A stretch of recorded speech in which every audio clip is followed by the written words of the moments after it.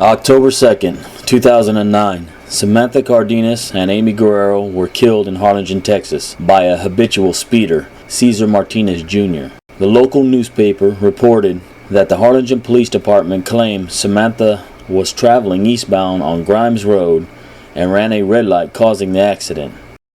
This also was Cesar's initial claim, what he had told the police that night there at the intersection, before he knew that the corner store gas station had caught the entire collision on their surveillance video system. Through open records requests, public information acts, and a lawsuit filed against us by the Martinezes, we have gathered an excess of documents showing what actually had happened that night, along with what looks to be a purposely manipulated police report, obscuring the truth and eliminating crucial evidence. Imagine opening up your mailbox to find multiple letters that you are being sued the day after you bury your only child. The Martinezes quickly hired a Brownsville lawyer by the name of Ernesto Gomez. Gomez, as mentioned in the FBI's case, known for his backdoor ties to the corrupt district attorney Armando Villalobos. Villalobos now serving 13 years in federal prison for racketeering and violations of the RICO law. You can also read about Gomez in multiple newspaper articles written about him taking over ownership of property for his old friend, Judge Abel Lemus, now inmate Abel Lemus, another corrupt member of the Cameron County judicial system. Alright, this video was received in a 2013 open records through the Cameron County District Attorney's Office, which is now run by Louis Saenz, a once special prosecutor for Armando Villalobos. So Amy's parents, the Guerreros, and my wife and I actually got to schedule a meeting with Louis Saenz after we had sent him a rather lengthy letter stating why we think that they should look at this case. The first words out of this district attorney's mouth was, and I quote, "You're probably not going to like what I have to say, but the assistant district attorneys that work for Armando Villalobos now work for me, and I'm going to put my faith in them." He's sitting there right next to the file that I had sent him that includes every piece of information that you are seeing here.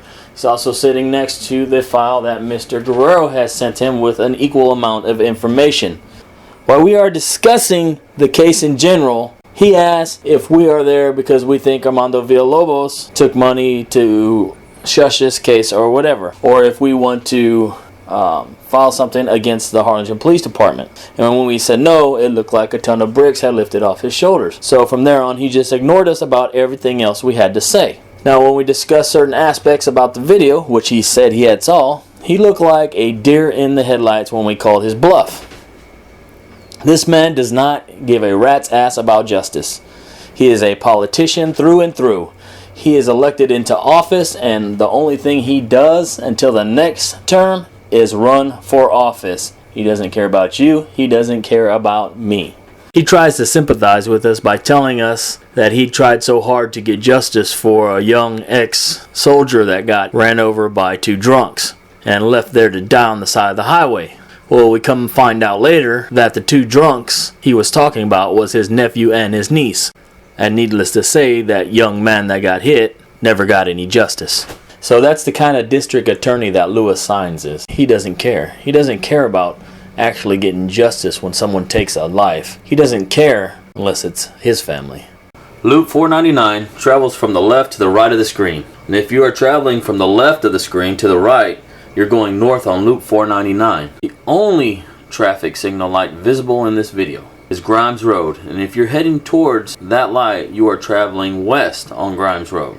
The traffic signal lights for North and South Loop 499 are obscured by the overhang of the gas pumps. They are not visible. This is the only traffic signal light. The police written report states the lights on the westbound lanes of Grimes appear to display red.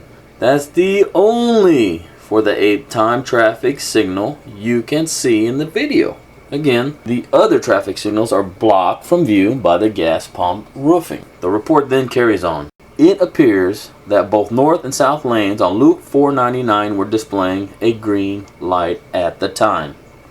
There's no way to see the Loop 499's traffic signal lights. This is what I mean by manipulating the police report. They're just not here in this video.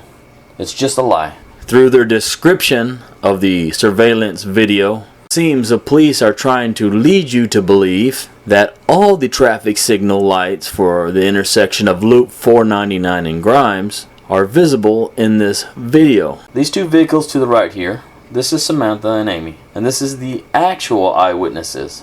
The only eyewitnesses not involved in the collision, but in the intersection just mere feet from Samantha and Amy as Cesar Martinez Jr. took their lives. Samantha is about to turn, and you don't even see Cesar Martinez Jr.'s truck in the video yet. This is Samantha's car. This is Cesar's truck. And these headlights to the right behind Samantha's car are the eyewitnesses. This is the intersection. If you do not want to see the collision, look away now. There goes the speeder. He kills Samantha and Amy. He was going so fast, he wasn't even in the video yet when she was starting her turn to go onto East Grimes. That's how fast he was moving. He covered this entire distance, more than half of the video shot, and hit them broadside. You can look back now. Megan, the driver of the witness vehicle, calls 911. Megan and her roommate seen it all. This young lady Megan happened to be working with my wife's nephew. She was describing to him a horrific accident and she just couldn't get out of her head. This was a collision that took Samantha and Amy's life. I get her phone number and her information. She tells me that they had the right of way. I give this to our lawyers, which we had to get because of the Martinez's lawsuit. Our lawyer's investigator in turn gives this to the Harlingen police investigator in charge of the case. The police held on to the case before turning it into the Cameron County District Attorney's Office and only working a handful of days in the entire 5 months they had the case. The actual eyewitness to the collision, a mere 15 feet from the colliding vehicles and traveling parallel with Samantha's car.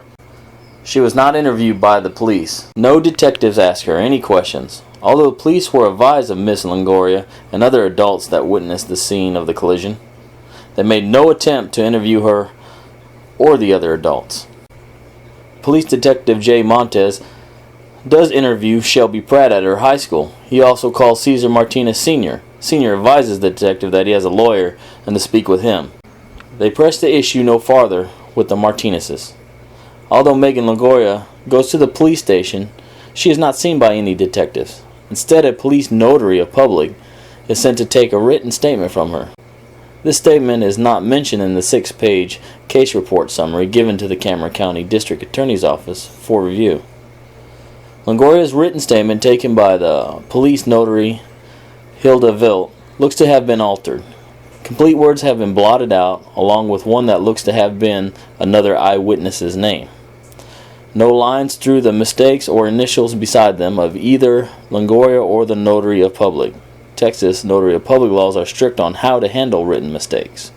These are the people that the HPD used for witnesses. They arrive at the intersection 35 seconds after the collision had taken place. Police witness Alonzo Clark Carrion, Michael Fuentes, Josh Torres, and Joanna, unknown last name as mentioned in the police report. This is Cesar Martinez Sr. speaking with the police witnesses. The police stop taking pictures for a few minutes. When the cameras come back on, the witnesses and the Martinezes are gone. Did they leave together? I guess we'll never know, because I doubt they'll tell you the truth. Just like in the sworn deposition, he says he didn't talk to anybody. With respect to this accident that we're here on today, how did you learn about it? Learn about what? The accident that your son was involved in. Because he called us to my house. Your son called you? Called my wife on her cell phone. Okay, so he was the one who notified you? Yes, ma'am. What did you do when you found out about the accident? We went to the scene. Was your son still there at the scene when you arrived? Were all the vehicles still there? Yes, ma'am. Were the police there yet? Yes, ma'am. The EMS, were they there? If they weren't there, they were getting there.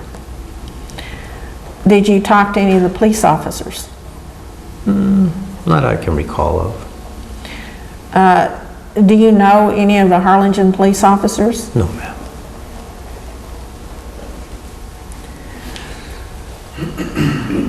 So you didn't know or recognize the police officers who were there on the scene? No, ma'am. And you don't recall whether you spoke to them or not at the scene? I didn't speak to nobody, ma'am. I didn't speak to nobody, ma'am. I didn't speak to nobody. Did you speak to any police officer after this accident? When I went to his emergency room, we took him to the hospital. I was talking to the police that was there, I don't know what's his name. It's probably in the police report. It's probably in the police report. It's probably in the police report, the officer's name. And you did speak to that officer at the I hospital? spoke to him a little bit. You need to wait till she finishes. I can't get with you. Okay, sorry about that. And I want to caution you again, remember what we talked about in the beginning. It's important that you allow me to finish and I'll allow you to finish with what you're saying so that Mr. Moody can get that down, everything each of us says. I apologize. At the hospital, you did speak to a police officer then? Yes, ma'am. And what did the police officer and you discuss at the hospital? Well, he just talked about the accident and about my son, how was he doing, and I told him he's doing all right. I think he was like an investigator or something like that, and I told him that if he has any questions to contact my lawyer. And so they didn't call you anymore? No more. Has anyone from the Cameron County Prosecutor's Office contacted you or your son? No, ma'am. These are the police photos taken that night at the intersection of Loop 499 in Grimes. They were released to us in a 2013 open records request through the District Attorney's Office. We believe the only reason our open records request was granted was to avoid any more bad publicity on the Cameron County District Attorney's Office because of the arrest of their DA, Armando Villalobos, for corruption. After meeting with the new Cameron County District Attorney, Louis Sines, that belief was solidified. You see down here on the bottom the clock on the video. The collision happens at 23:22:42. So I'm going to let the video roll, and you're going to see after 35 seconds the police eyewitness come from the left of the screen. If you do not want to see the collision, look away now.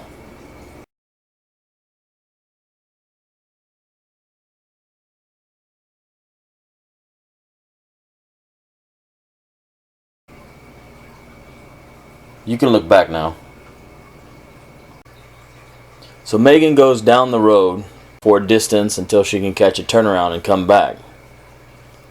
You'll see a vehicle pass by from the right of the screen, and I don't even think they notice it. They're traveling at seems to be a normal speed.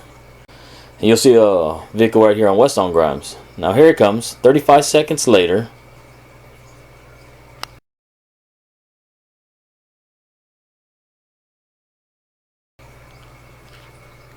Okay, that's Alonzo's car right there. And that car is going to go around Martinez's truck. It's right here upside down. And he'll go around it and park next to the curb. You'll see in the police report the description of Alonzo's vehicle. Toyota Celica, red in color. And there it is next to Junior's truck. That's 100% ID on the police witness Alonzo Clark carry-on, arriving at the intersection 35 seconds after the collision. They say Alonzo was 7 car lengths, or 75 yards, behind Cesar Martinez Jr. If he was that close to Martinez Jr., he would have been in this video as the collision took place. But 35 seconds later, he arrives at the scene. This is a bird's eye view of Loop 499. The purple line is exactly 1 mile between Harrison Avenue and Grimes Road. This red and yellow line represents distance from the intersection Alonzo and his passengers would have been at the 2 different speeds he had told the police he was traveling. They had just crossed over the railroad tracks on northbound Loop 499 and would have been near the South Texas Emergency Care Foundation building on Loop 499 and Washington Avenue. This is a video of us traveling north on Loop 499 at 50 to 55 miles per hour and 30 to 35 seconds from the intersection of Loop 499 and Grimes Road. This is where Alonzo and his passengers would have been distance-wise from the collision as it took place. Now, remind you, this video was shot in the middle of the day. Alonzo also states, and I'm going to read this directly from the police case report summary, he did not pay particular attention to the Mazda entering the intersection but suddenly saw the pickup rolling over ahead of him. And Alonzo states that he clearly saw that he, and therefore the Chevrolet as well, had the green light. Alonzo Clark Carry-On is said to be interviewed at the police station. A CD video recording of that meeting was included in the final report, but will not open, so the case report summary reflects Detective J. Montez's account of the said meeting. Michael Fuentes is Alonzo's front seat passenger. The Martinez's insurance somehow gets this young man's name and number and phone interviews him. I wonder how that happened. So, Michael Fuentes is talking to Robert DeLeon, the Martinez's insurance investigator. DeLeon asks Fuentes where he was coming from, and Michael Fuentes says, "We were actually behind the truck." The interviewer, DeLeon, "Oh, you were going the same direction of the truck." Fuentes, "Yes, sir, we were quite a distance away from him, but yes, sir, we were coming in the same direction." Quite a distance away from him. Fuentes admits repeatedly that they were a significant distance from Cesar Martinez Jr., but traveling in the same direction. The second page. DeLeon asks Fuentes if he remembers what happened. Michael Fuentes starts his answer with, "Like I said, we were quite a distance away from the truck." Next, Fuentes is asked about the traffic signal light and the color of it. He replies, "I'm not sure, but I mean, once we got there, it was green, so I figured it was green for a while."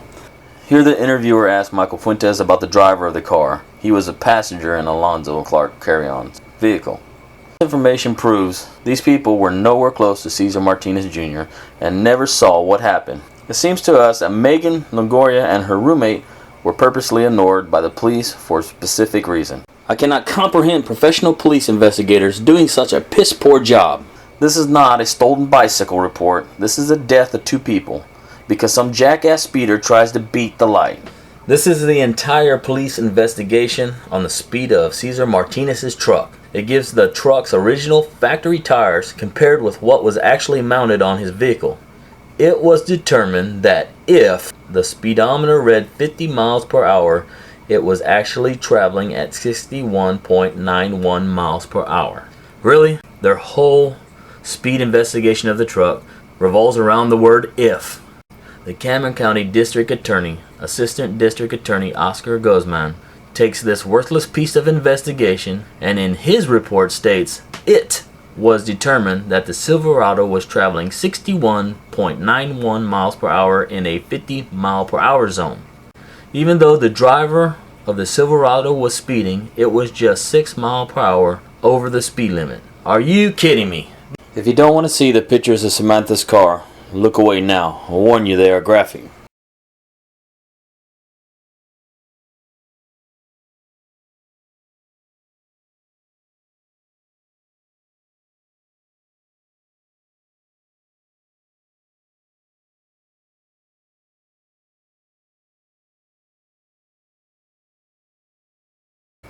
It's safe to look back now. One of our arguing points was the traffic signal green arrow indication and triggering of or activation of its sensor. In the Harlingen Police Case Report Summary, page 406, this is stated within the bottom paragraph by Detective Montez. Mr. Cruz explained that the lane is weight sensitive and a vehicle just having driven into the lane would have not caused the light to change. There would be a delay before this vehicle would have had the right-of-way. It is not clear if that is what Lieutenant Miriam Anderson told Montez that Cruz told her, or Montez had heard it directly from Cruz.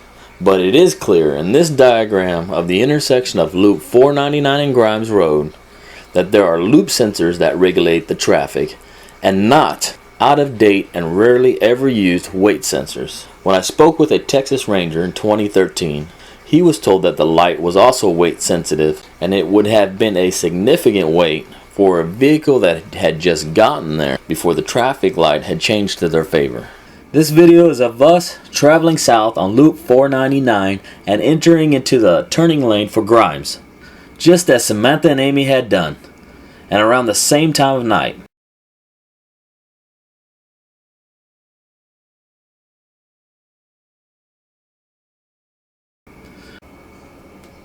As you see, the car rocks from stopping, and the green arrow has already illuminated for this turning lane.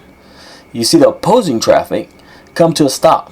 This is what Cesar Martinez Jr. was supposed to do, but instead, he stomped on the gas and tried to beat the light. This video will dispel some of the myths written in Harlingen Police Department's report. After we turn onto Grimes, we turn into the gas station parking lot, and then back onto Loop 499, heading north. Notice that the traffic signal facing north, Loop 499, has already cycled back to green and let the vehicle that stopped for us continue on its way. And it happened quickly. That car is far down the road. As we travel in the same direction, the light again cycles to serve the car waiting on eastbound Grimes Road. Within 15 seconds, this northbound light had cycled back to green. Within 35 seconds, the light cycled again to serve Grimes traffic.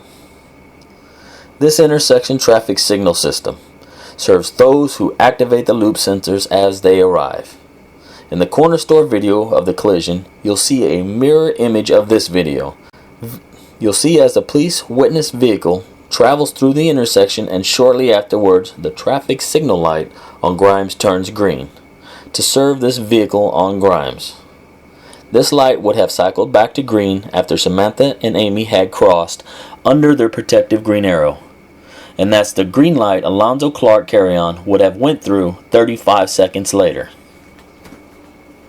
Now if you read the case report summary that is on the main page for Samantha and Amy, down at the bottom of the page under the date 10/7/2009, read that paragraph and think about how you know traffic signal lights function. Of course, they also state if westbound Grimes light is red, then it would be impossible for southbound traffic to have had the right-of-way. Well, this is kind of a poke you in the eye statement, because right here it does not identify what southbound traffic they're talking about. Are they talking about Loop 499 southbound traffic, or are they talking about the traffic turning from Grimes to southbound? Because it's obvious if you're turning onto southbound Loop 499 from Grimes and the light is red, of course you do not have the right of way. But if you are traveling in the southbound lane of Loop 499 and turning onto Grimes, the light for Grimes better be red. Seems to me that they're reaching hard to describe a red light situation for Samantha and Amy through this paragraph and their 35-second eyewitness. This is CPAC's Eagle Traffic Control System 236-page product manual. This is page 149 out of the manual. In the final open records request to Harlingen Police Department, after the Texas Attorney General sided with us on the release of all the information we had requested, the HPD refused to release the information, stating that all the physical files were given to the Cameron County District Attorney's Office, which is a lie.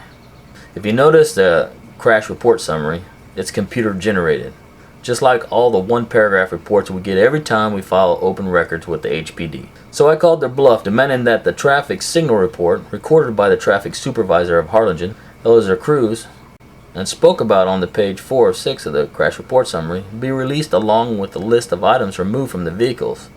They said they didn't have a list of personal property, but released a page 149 of the CPAC manual and 2 pages of Loop 499 and Grimes intersection blueprints.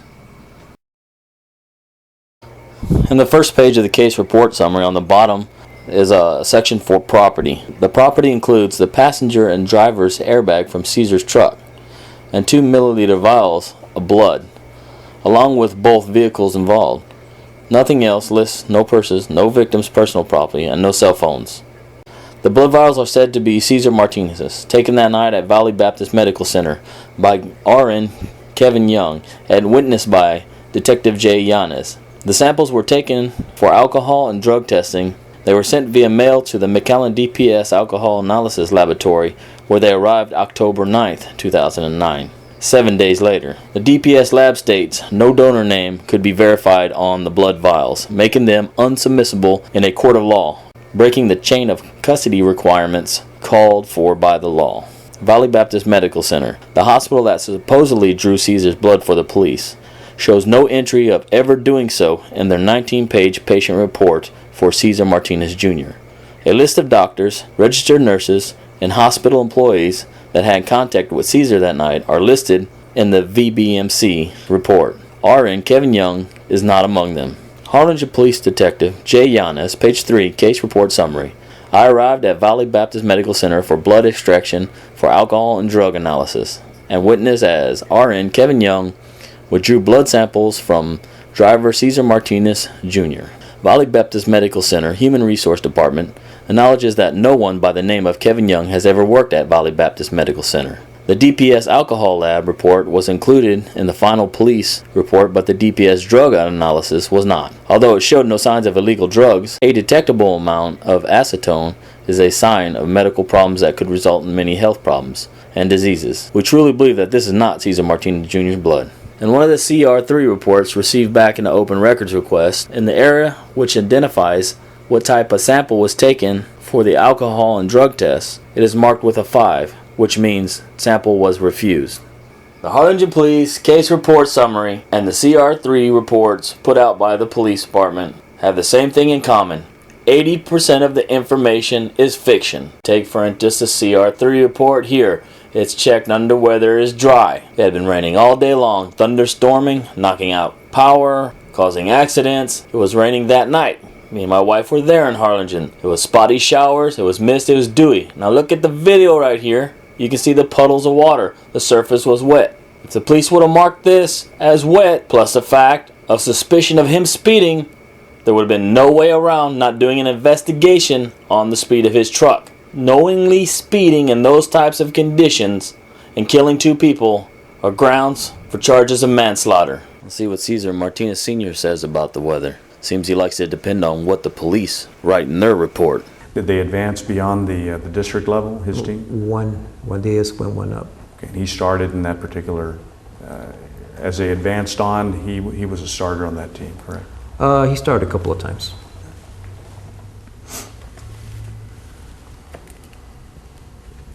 What were the weather conditions the night that the collision occurred?